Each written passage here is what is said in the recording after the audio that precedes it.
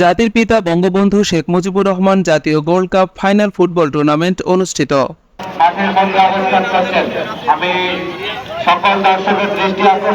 নওগাঁ থেকে জনাস পাহানের পাঠানো তথ্যচিত্রে বিস্তারিত জানাচ্ছি মাসুম বিল্লাহ।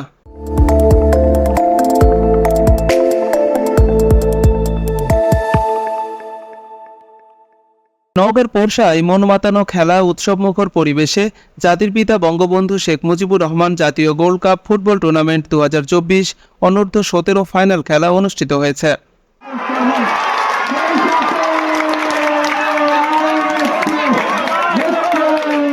মঙ্গলবার বিকেলে পোরশা উপজেলা নিতপুর স্কুল অ্যান্ড কলেজ মাঠে জাতির পিতা বঙ্গবন্ধু শেখ মুজিবুর রহমান জাতীয় গোল্ড কাপ ফুটবল টুর্নামেন্ট অনুষ্ঠিত হয়।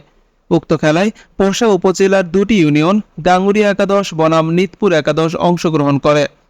খেলার নির্ধারিত সময়ে উভয় দল 1-1 গোল করে ড্র হয়। এরপরে ট্রাই ব্রেকারে নিতপুর একাদশ 4-1 গোলে ডাঙ্গুরিয়া একাদশকে পরাজিত করে শিরোপা জয় করে।